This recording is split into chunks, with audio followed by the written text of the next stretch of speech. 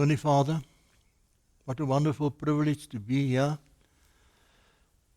and for the privilege to have your word with us, that we may study it, that we may do it in peace, and that we may be blessed.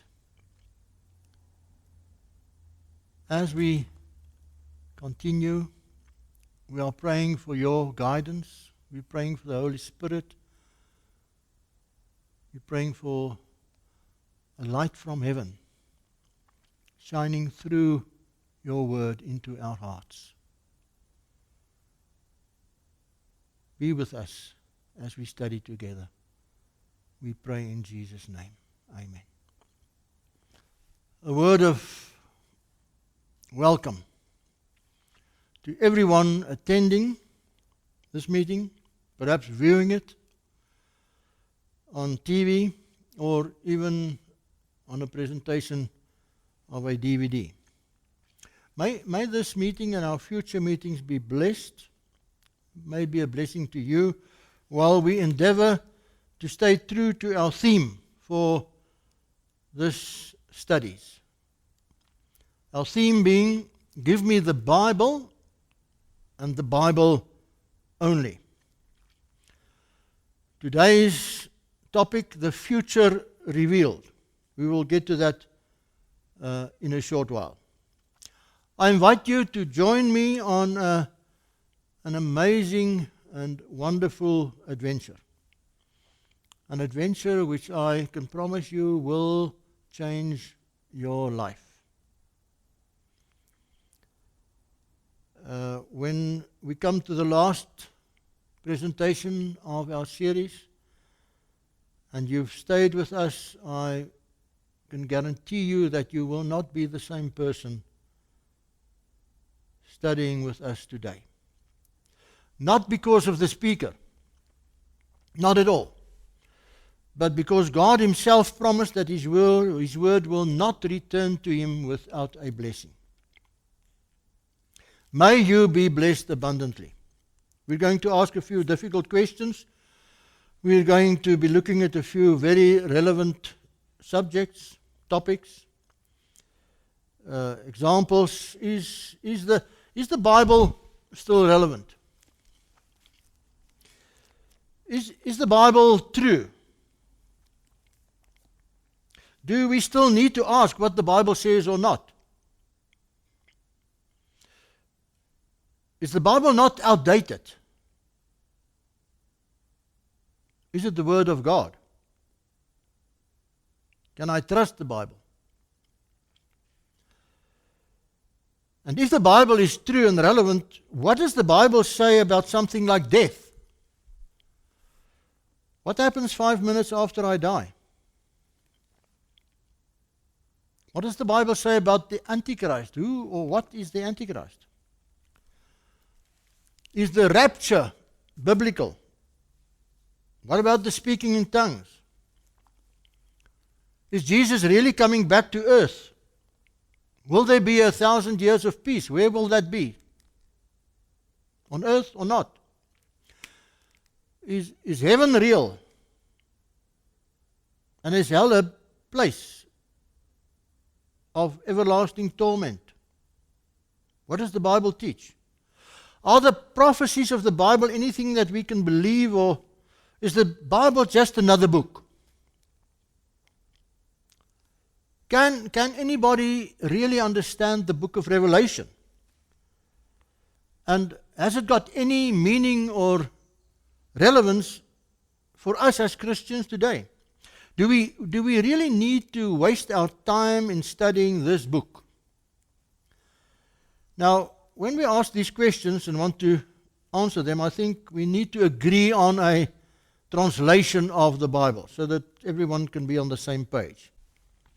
The translation we will be using and projecting for viewing purposes will be the New King James Version of the Bible. The reason being that we think it's a very good translation out of the ancient Greek and Hebrew texts.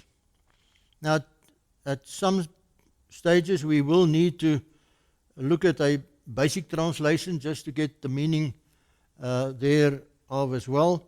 And at some stages we'll even need to go back to the Hebrew and to the Greek.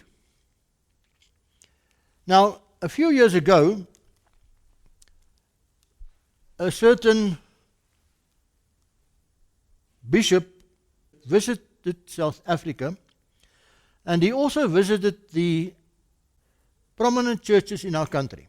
He also visited the theological seminaries of some of our churches. The book he was promoting at that stage was the book Resurrection, Myth or Reality? ? Now, in this book, the following statements appear. Let's read it. The resurrection of Jesus was a spiritual resurrection. It has nothing to do with a physical body. In other words, Jesus only rises up in the minds of his followers. Well, if you've got this view, then you'll have to explain the appearances of Jesus after his resurrection, isn't it? Well, then he says, the appearances of Jesus after his resurrection were only visions which his disciples had because they had this great need to see him again. And then the following, the virgin birth of Jesus did not take place as the Bible describes it. And the Gospels of Matthew, Mark, and Luke cannot be taken as literal history. Gert Ludemann, also a prominent theologian, your resurrection did not take place, but was only a pious wish. Your body rotted in a tomb. You are not the Lord of the worlds, as your followers declared. You deceived yourself, contrary to the historical truth. So, the question again, is the Bible the Word of God? Is the Bible true? Is there any power in this truth? We that claim that we are children of the Reformation, can we still stand with Luther and in front of the whole world say, give me the Bible only, here I stand, so help me God, if need be kill me, but I cannot change my mind. Is that how we feel today? Well, what place does this Bible, this book, have in your life? What does this book mean to you? Here's a short film of people receiving the Bible for the first time in their life.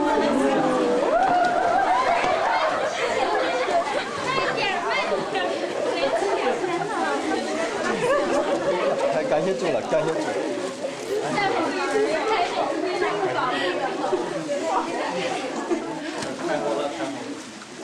感谢神呐！感谢主。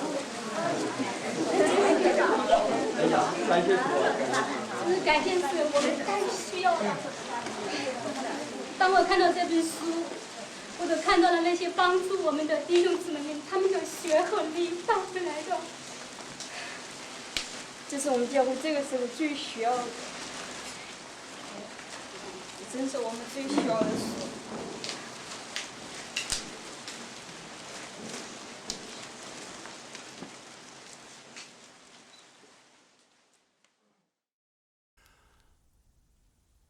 Again, I invite you on this amazing adventure. More than once you will be hearing things that you've never heard before. More than once you will be asking, but can that really be true? Or you will even think, that is not really true. That's not in my Bible. Why do I hear this for the first time now? Why did I have to become this old to hear this for the first time? Why didn't anybody tell me about this? Well, come along, dear friends. God has a promise. You will be blessed. There's just one thing I would like to ask you. Do not just take everything you hear here on face value. Do not believe it just because it's said from a rostrum. Listen very carefully. Weigh every word. Go back to your home and go into your private room or study elsewhere. Make sure that every word that's said here is in that Bible of yours, the one you grew up with. Our Bible. And if it's not in that Bible, take the liberty, come back and ask for the microphone, ask for a chance to say something, and then tell the people that was said here last time, it's not in my Bible. That's an open invitation to all. Because more than once you will say, but that's not in my Bible.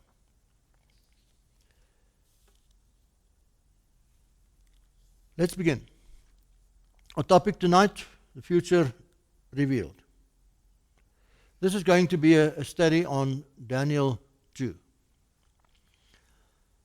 Now, before we start, I just want to be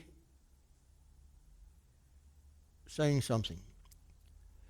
Wherever one looks today, whether you open a newspaper or you look at the TV, you see people without hope. It seems as if we're sinking into a culture of hopelessness. Perhaps you're sitting and listening, looking, or you're sitting here and you're sitting here without hope. Perhaps you're sitting here with a broken heart. Perhaps you've lost a loved one. Perhaps life has lost its meaning for you. You're wondering about the purpose of your life. Perhaps you've already decided it's not worth it. Life is not worth anything anymore. Illness, broken hearts, financial problems, joblessness, pain, fear, anxiety, fear of the future. What does the future hold in store for us? Have we got a future? Has the world got a future? Is there something better? Is there something to look forward to? Is there something better than crime and murder and rape and theft and fraud? Is there something better than war and chemical weapons and HIV and Ebola? Let me tell you, dear friend, there is hope. The book of Revelation tells us that there is hope. There's hope for God's children and there's hope for something better. The last chapter in the Bible, Revelation 22, states the following. Behold, I come quickly. Blessed is he that keeps the sayings of the prophecy of this book. Here we have a clear indication that this book was never intended to be a closed book, a book that cannot be understood. As a matter of fact, a blessing is bestowed on him or her that study this book and keep its sayings. In verse 20 of the same chapter, Jesus declares the following. He which testifies these things said, surely I come quickly. It's as if Jesus wants to tell his followers, don't be afraid. I'm in control. It might be difficult. You might be tested. You might go through tribulation. But hold on, I am coming. As God's children, we have this hope which the world does not have. And that is that Jesus is coming back again to fetch his children. And the time for that is fast nearing. Stay with us. You will see exactly what we're talking about. One of the most popular books ever written is this book, the book Left Behind. We'll have a look at this book in one of our lectures, one of our studies. Apart from the Bible, perhaps the most popular book ever written. Tim Lane and Jerry Jenkins, they kept this story running, and eventually 15 books landed on the bookshelves, and even a film for the widescreen was made on this book about the rapture.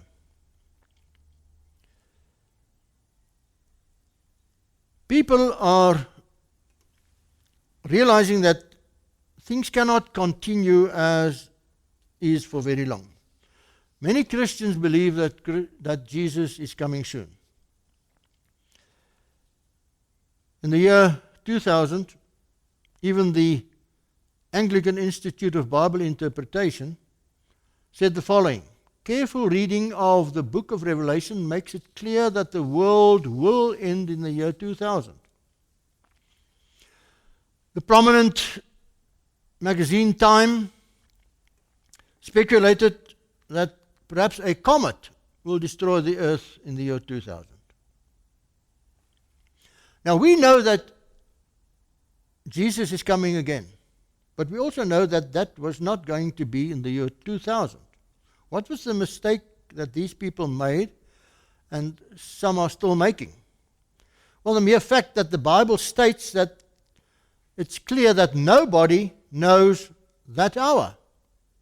But of that day and hour knows no man, no, not the angels of heaven, but my Father alone.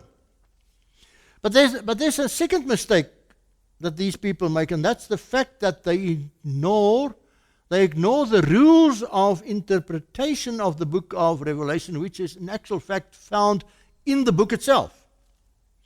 There's 3 keys with which this book, Revelation, can be opened. And we're going to use these keys. Let's look at them. Key number 1. The revelation of Jesus Christ.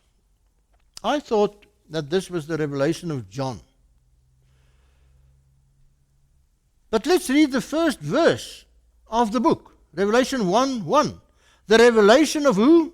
The revelation of Jesus Christ, which God gave to him to show to his servants things which must shortly come to pass, and he sent and signified it by his angel to his servant John, who bore record of the word of God and of the testimony of Jesus Christ, and of all things that he saw. This is the first principle running like a golden thread through the whole of Revelation. It's not the revelation of the dragon, it's not the revelation of the beast from the sea, it's not the revelation of the beast from the earth, or the revelation of the scarlet woman. It's not the revelation of the Antichrist, although we're going to talk at length about all these. In the end, it's the revelation of Jesus Christ. In John 14:9, Jesus says, he that has seen me has seen the Father.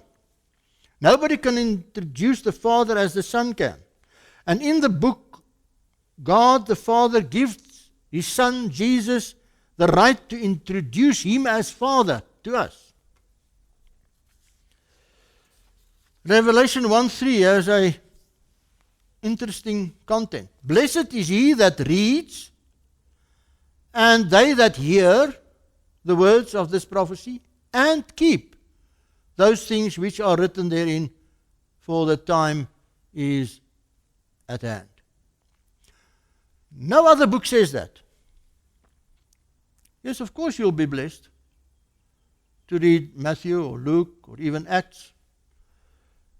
But here's a special blessing bestowed on them who read hear, and keep that which is written in this book. Jesus tells us, in actual fact, how much he loves us. Let's read. And from Jesus Christ, who is the faithful witness and the first begotten of the dead, and the prince of the kings of the earth, to him that loved us and washed us from our sins in his own blood. I'm not quoting from Matthew or Mark or John. I'm quoting from Revelation, the book of Revelation. And I beheld and see in the middle of the throne and of the four beasts and in the middle of the elders stood a lamb as it had been slain. A lamb as it had been slain. My brother, my sister, this book is going to change your life. You're going to discover your Maker and your Redeemer anew in your life in a very special way. And that's why I can't understand why people say that the book of Revelation is a closed book. They say, no, you can't understand it. There's just too many symbols, strange animals. Nobody can really decipher what's going on there. But that cannot be.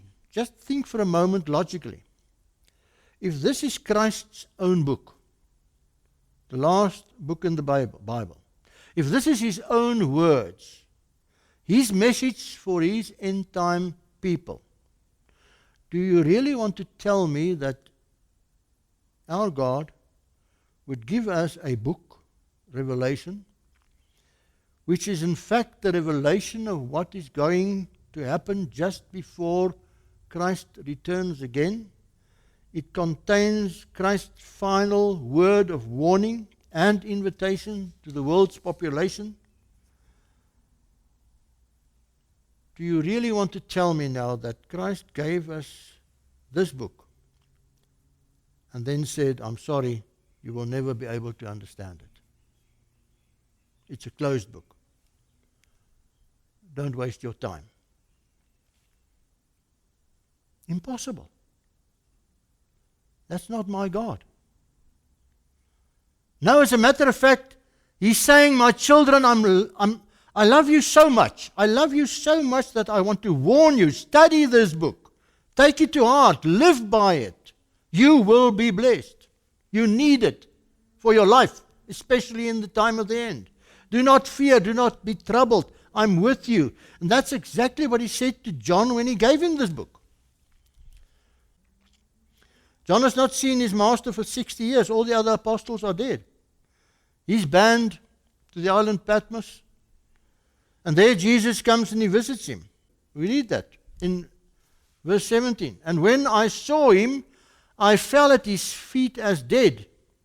And he laid his right hand on me, saying to me, fear not. Fear not. I am the first and the last. What happened here? Jesus didn't say to John, listen, come up to heaven, I'll talk to you there. Or let's meet halfway. Or I'll send somebody else. No. Jesus himself comes down to John, he lays his right hand on him, and the first words that John hears is the words, fear not. Fear not. Here's peace, here's rest, here's a blessing. Do not be afraid. My dear friend, do not be afraid. Christ is in full control. In full control of your life as well. Amidst all the happenings around you and in the world, do not be afraid. You will see God and the power of the wicked will vanish. So, how did the book of Revelation come to us? Well, the Father gave it to His Son, Jesus, who gave it to his angel, who gave it to John, who gave it to us. The revelation of Jesus Christ, not to be forgotten. That's our first key, first principle. Now the second key, which few people see, is the fact that 2/3 of the book of Revelation comes from the Old Testament. 276 verses in the Revelation comes from the Old Testament. What does that mean? Quite simple. We will not be able to understand the book of Revelation if we do not understand the Old Testament and give preference to it. So we will be studying from a whole Bible and not only half of it. This brings us to the third key, which perhaps is the most important. And that is the fact that we do not believe in private interpretation of Scripture. I hope you do not believe in it either. Because with private interpretation, one can interpret the Bible actually to say anything. And that's the prime reason why you see so many different books written on the book of Revelation. And you open them, and this one differs from this one, and this one differs from this one. And in the end, you get 15, 20 different interpretations of the same book.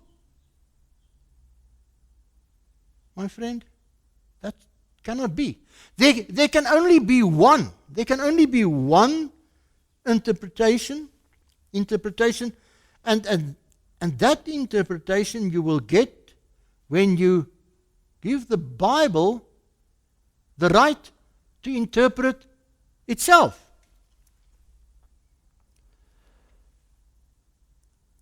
And when no personal interpretation is mingled with it. That means that if the Bible has not got the answer, then there is no answer. I cannot stand here and say, listen, I think this is the interpretation of this specific verse. Or even worse, you know what? God gave me the answer a few weeks ago in a dream or in a vision. No. Let the Bible interpret itself. Even Peter says it, knowing this first, that no prophecy of the Scripture is of any private interpretation. So, dear friends, you need not rely on me or anybody else for an interpretation. The Bible will do the job. And if the Bible has no interpretation or answer, then there is no answer. We're not going to manufacture one. Now today you will see how this principle works, and especially in our next presentation, it will stand out wonderfully. In the end, you can only say, thank you, Lord, that your word is so clear to us. It interprets itself. We, as children, don't need to rely on multiple different interpretations of which you want to convey to us. Now, I don't know whether you know this. The book of Daniel and the book of Revelation fits like a hand in a glove. You cannot understand the one without the other. As a matter of fact, when you're confronted with something in the book of Revelation that you do not understand, you might find the answer in Daniel, and vice versa. Something strange in the book of Daniel will most probably be answered in the book of Revelation. For tonight's study, Daniel 2. In the second year of the reign of Nebuchadnezzar, Nebuchadnezzar dreamt dreams with which his spirit was troubled, and his sleep broke from him. Then the king commanded to all the magicians and the astrologers and the sorcerers and the Chaldeans for to show the king his dreams. So they came and they stood before the king.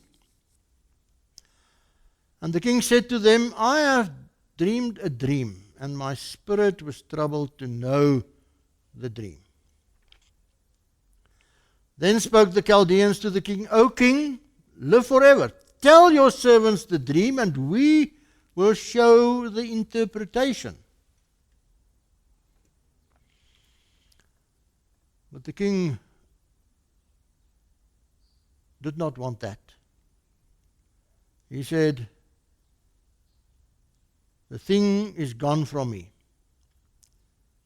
If you make not known unto me the dream and its interpretation thereof. He wants to know from them the dream which he dreamt and the interpretation.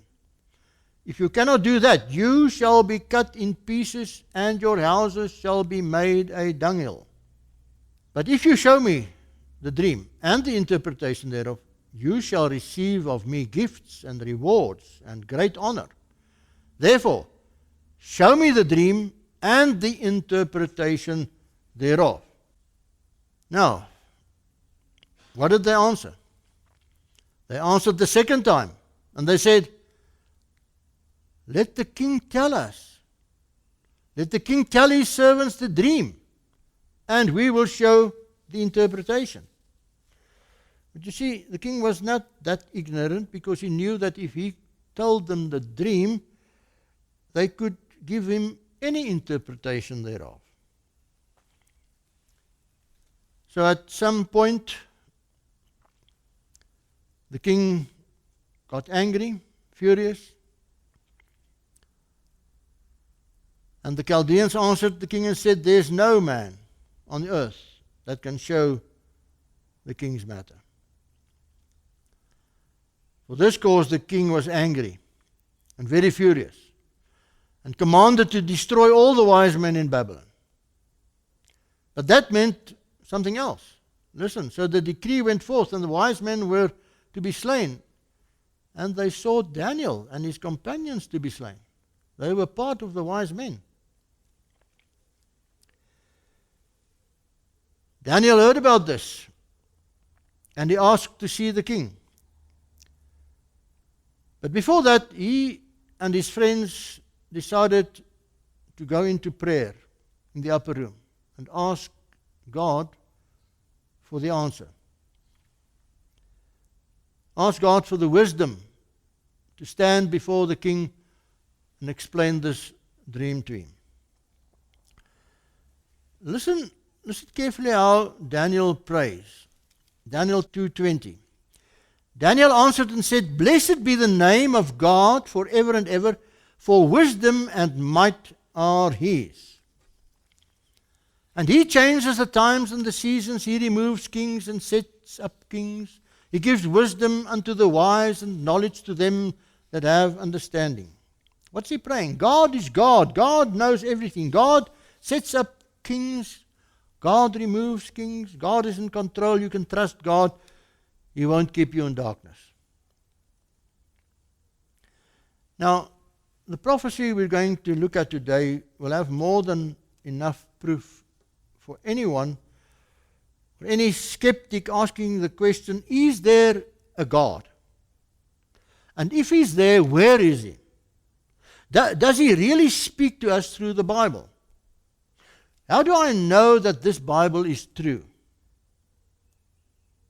Today you'll get the answer, because this dream of Nebuchadnezzar will prove it to you. This image he saw that predicts the future. Daniel comes before the king, and listen to what the king asks him. The king answered, and he said to Daniel, whose name was now Belshazzar, Are you able to make known to me the dream which I have seen and the interpretation thereof? And now comes Daniel's answer. Listen how he answers.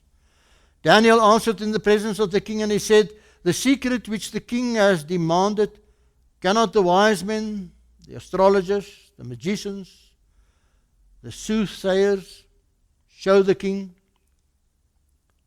But there is a God in heaven. But there is a God in heaven that reveals secrets and makes known to the king Nebuchadnezzar what shall be in the latter days. Your dream and the visions of your head on your bed are these. When is the latter days? Dear friends, when is the latter days? Well, it's our day. The days that we are living in, the last days, the days before the second coming. And you will experience how this dream reflects on us today. Now Daniel is going to explain to the king exactly what he dreamt. You, O king, saw and behold a great image. This great image, whose brightness was excellent, stood before you, and the form thereof was terrible. This image's head was of fine gold, his breast and his arms of silver, his belly and his thighs of brass, his legs of iron, his feet part of iron and part of clay. And while you were looking at it, a stone was cut out, but not by hands, and it gave the image a blow on its feet, which were of iron and clay, and they were broken in pieces. Then was the iron, the clay, the brass, the silver, and the gold broken to pieces together, and became like the chaff of the summer threshing floors. And the wind carried them away, that no place was found for them. And the stone, which gave the image a blow, became a great mountain, covering all the earth. Now at this point the king trembled, because that was exactly the image that he saw in his dream. He saw this image of a man with a head of gold, the breast of silver, the thighs of copper, the legs of iron, and then the feet partly of iron and partly of clay. And then he saw this stone coming down and hitting this image where? On its feet. The whole image crumbled, and all that was left was the stone. That was exactly what he had seen. And then he actually tells Daniel, now tell me what it means. And then Daniel begins to interpret this. This is the dream, and we will tell the interpretation thereof before the king. And then he starts, you, O king, are the king of kings, for the God of heaven has given you a kingdom, power, and strength, and glory. And wherever the children of men dwell, the beasts of the field and the fowls of the heaven, has he given into your hand, and has made you ruler over them all. You are this head of gold. Now the king liked what he heard. He was the head of gold, which represented Babylon, the nation of Babylon that ruled the earth from 605 BC to 538 BC. He liked this the first words of Daniel. But he did not like that what he heard now, that followed. And after you shall arise another kingdom inferior to you. And another, third kingdom of brass, which shall bear rule over all the earth. And the fourth kingdom shall be strong as iron, for as much as iron breaks in pieces and subdues all things, and as iron that breaks all things, shall it break in pieces and bruise. And then he says, and whereas you saw the feet and toes, part of potter's clay and part of iron, the kingdom, that's the iron kingdom, shall be divided. Now, what does this all mean? Well, history tells us that Babylon was the first kingdom in this dream, and it was the head of gold. But he says that there will be another after Babylon, not as strong, but they will conquer Babylon. That happened in the year 538 when the Medo-Persians took Babylon. In those days, silver was the metal of the day. They had silver coins. The Persian army had silver decorations. And they became the second nation to rule the world from 538 to 331 before Christ. The chest and the arms of silver. But in the year 331, the copper kingdom of Alexander the Great conquered Medo-Persia at the Battle of Arbela, and Greece became the new ruler of the world. The copper kingdom of Greece, 331 to 168 before Christ.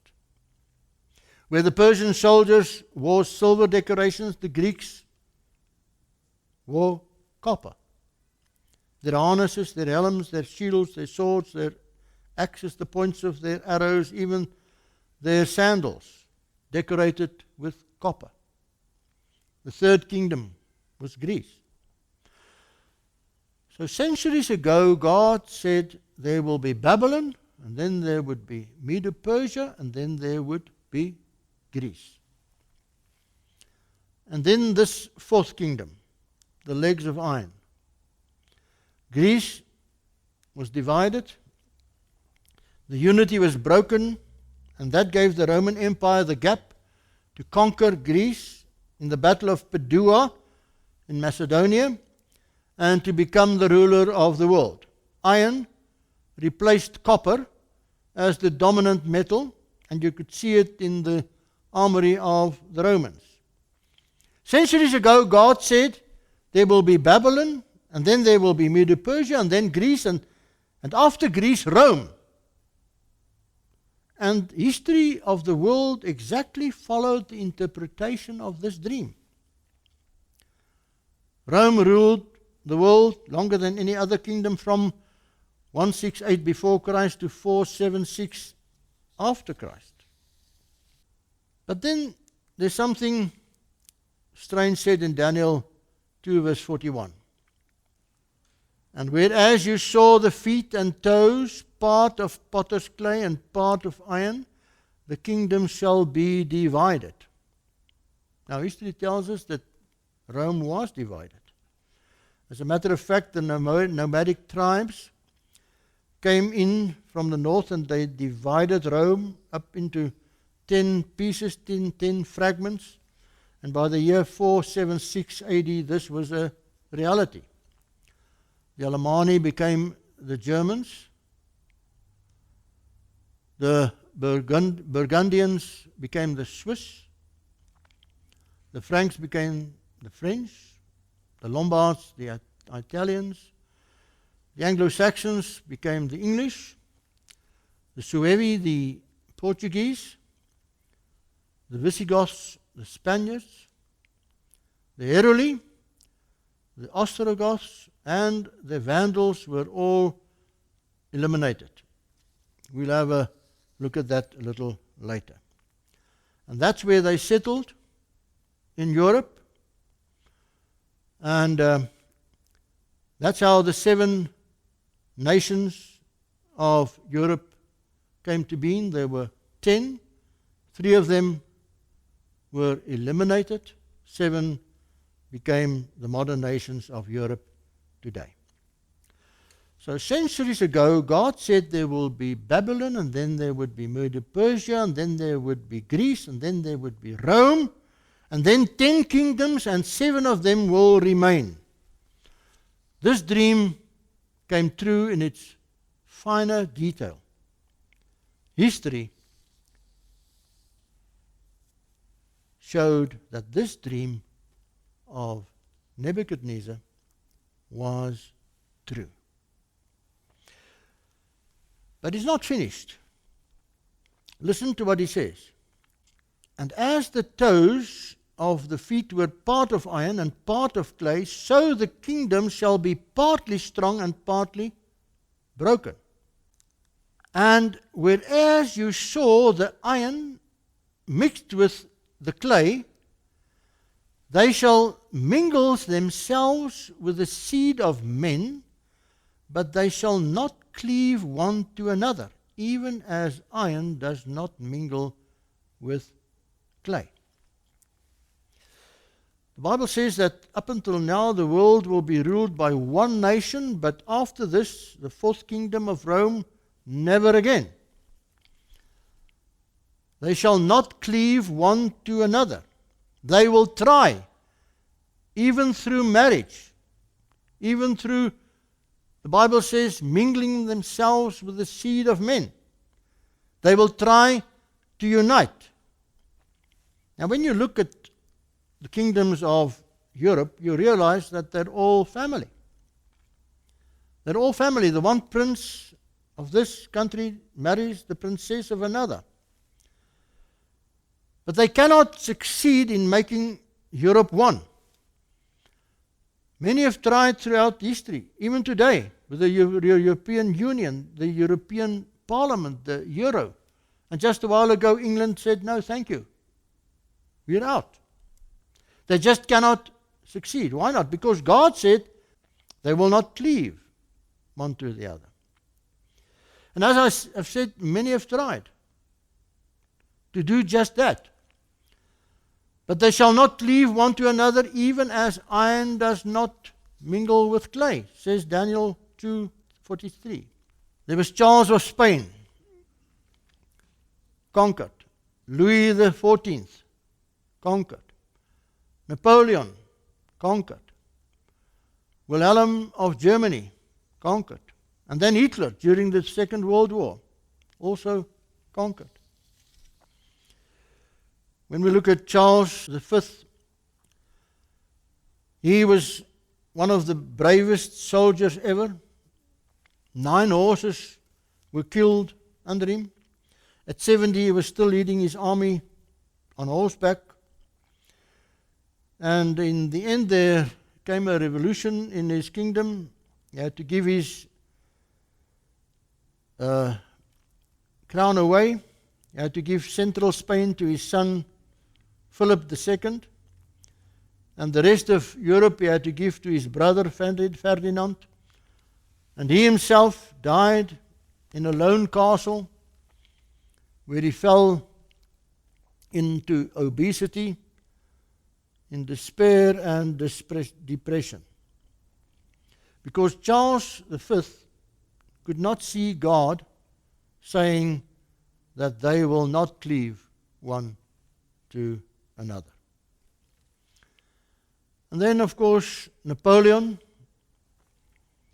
His army swept through Europe. It seemed as if nobody was going to stop him.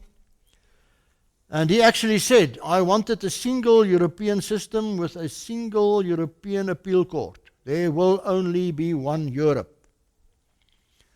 And then he came to Waterloo, and his weaponry stuck in the mud, and he lost the battle against Wellington. Now, when one studies this piece of history, something strange emerges.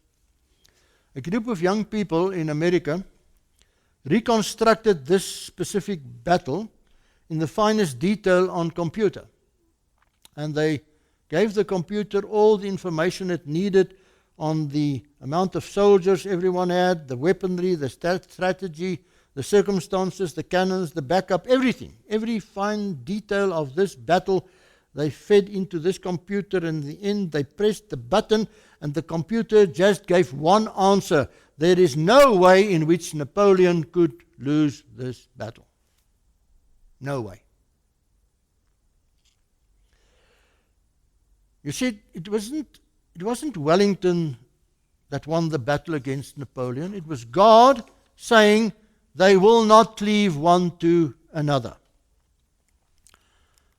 And then there was Wilhelm of Germany. He said, I will build my railway from Berlin to Baghdad. He actually believed that God had chosen him to unite Europe. But in the end, he was killed in the first battle against his opponents. He was sincere, but he was wrong. Can one be sincere but wrong? Yes, it is possible. The fact that you are sincere does not necessarily mean that you are right. Make sure that you are sincere and right. And then came Adolf Hitler. From nowhere, he built this mighty army which swept through Europe,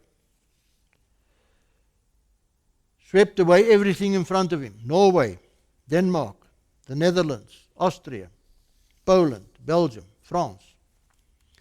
And while he was in France, he went to Napoleon's grave and he stood there and he said the following, Napoleon, you fool, I will succeed where you failed. And it seemed as if he was on his way just to do that. He had the whole Europe under his control. There was just this little island, England, left. If he could capture that, it was done. And then Hitler did something which amazed his generals. In his autobiography, Mein Kampf, he said the following, I will build an empire that will last for 1,000 years. And then he said something else as well. He said, you must never fight a war on two fronts simultaneously. And just when he was nearly totally in control, he did this strange thing. He divided his army into two. He left one part in Europe, and he sent the other part in winter time through the Russian winter to Moscow. And they were not prepared. His men, their clothing, nothing could stand the test of that winter. And at the outskirts of Moscow, God actually stopped them. His men freezed, his weaponry freezed, his trucks, his tanks, everything freezed, because he forgot God that said they will not cleave one to another. At one stage, Hitler said, we do not need God, we ask him nothing. His nurse writes in her diary that he was sick in bed reading the Bible. What do you think Hitler was reading? Well, in actual fact, he was reading Daniel 2. And when he came to this verse, they will not cleave one to another.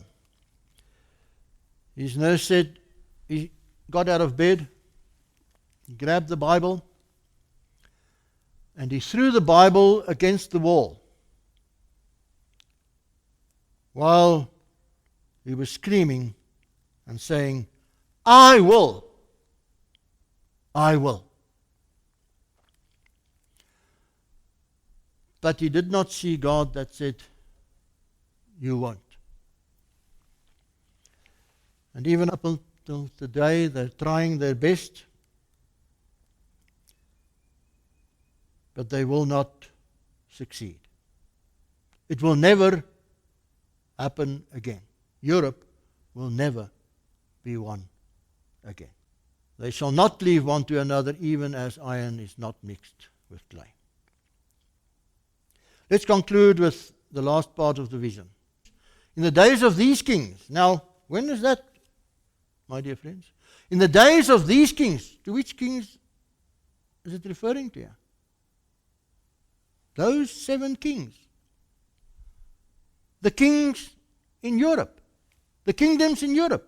In the days of those kings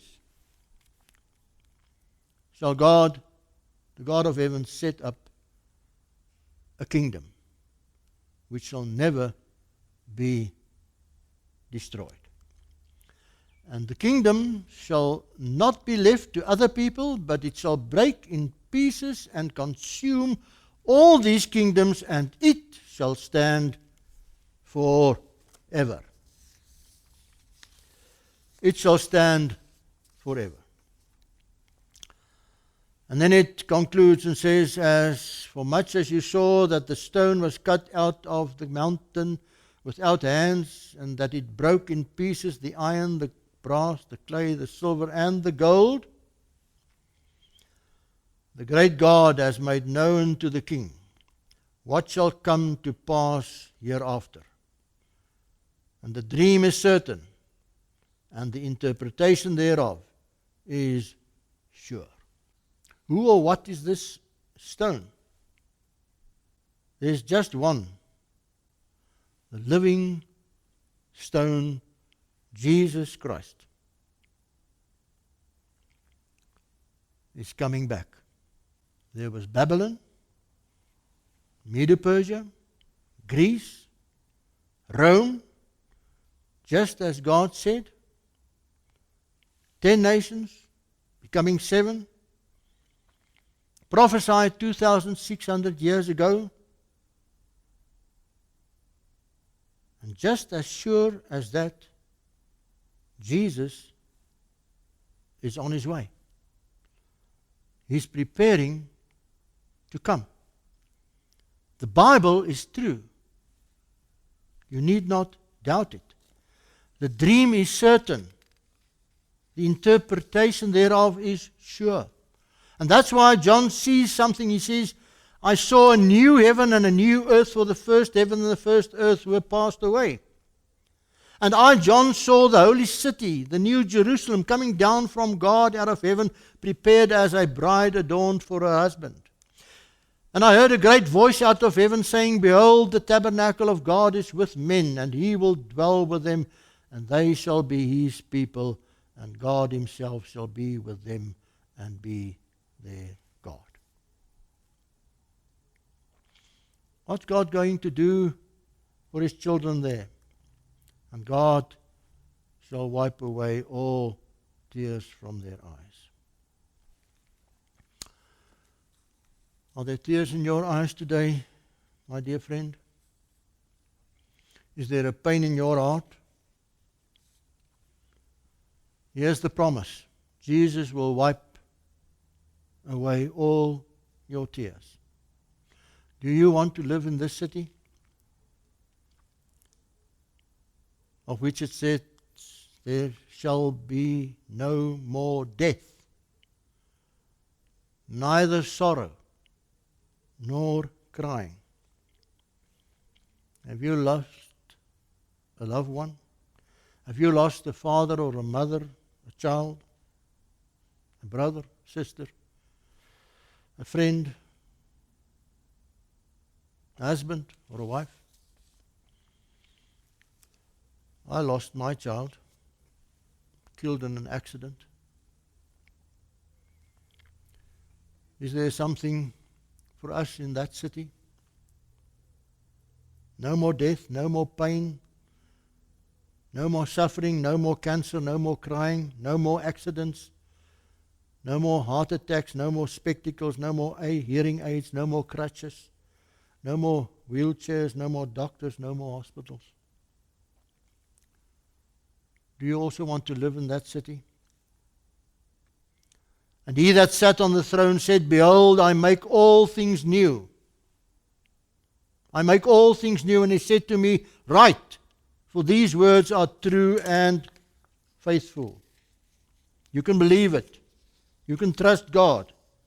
There's going to be a new world order, but not the world order of George Bush. God's world order. With a new Jerusalem as the city on the new earth. And the building of the wall of it was of jasper, and the city was pure gold, like to clear glass. And the foundations of the wall of the city were garnished with all manner of precious stones. And the 12 gates were 12 pearls. Every several gate was of one pearl. And the street of the city was pure gold, and it was transparent glass. And the gates of it shall not be shut at all by day. What a wonderful place to be. Won't that be wonderful? No more burglaries. No more murders. No more keys. The gates will not be shut. And he showed me a pure river of water of life, clear as crystal, proceeding out of the throne of God and of the Lamb. No more pollution in that city. You can drink water anywhere. And in the midst, the middle of the street of it, and on either side of the river, was there the tree of life, which bore 12 manner of fruits, and yielded her fruit every month. And the leaves of the tree were for the healing of the nations. No more hunger. Everything you need is there. Do you want to live there? The dream is certain, and the interpretation thereof is sure. Jesus is coming, my dear friends. Yes, in the meantime, we do suffer. In the meantime, cancer do attack our bodies. In the meantime, we do die. In the meantime, families are torn apart. In the meantime, people do become insolvent. They do lose their jobs. But Jesus is saying today, keep on tight. There is hope. I am coming back. Yes, it might feel as if it's never going to end, but it will.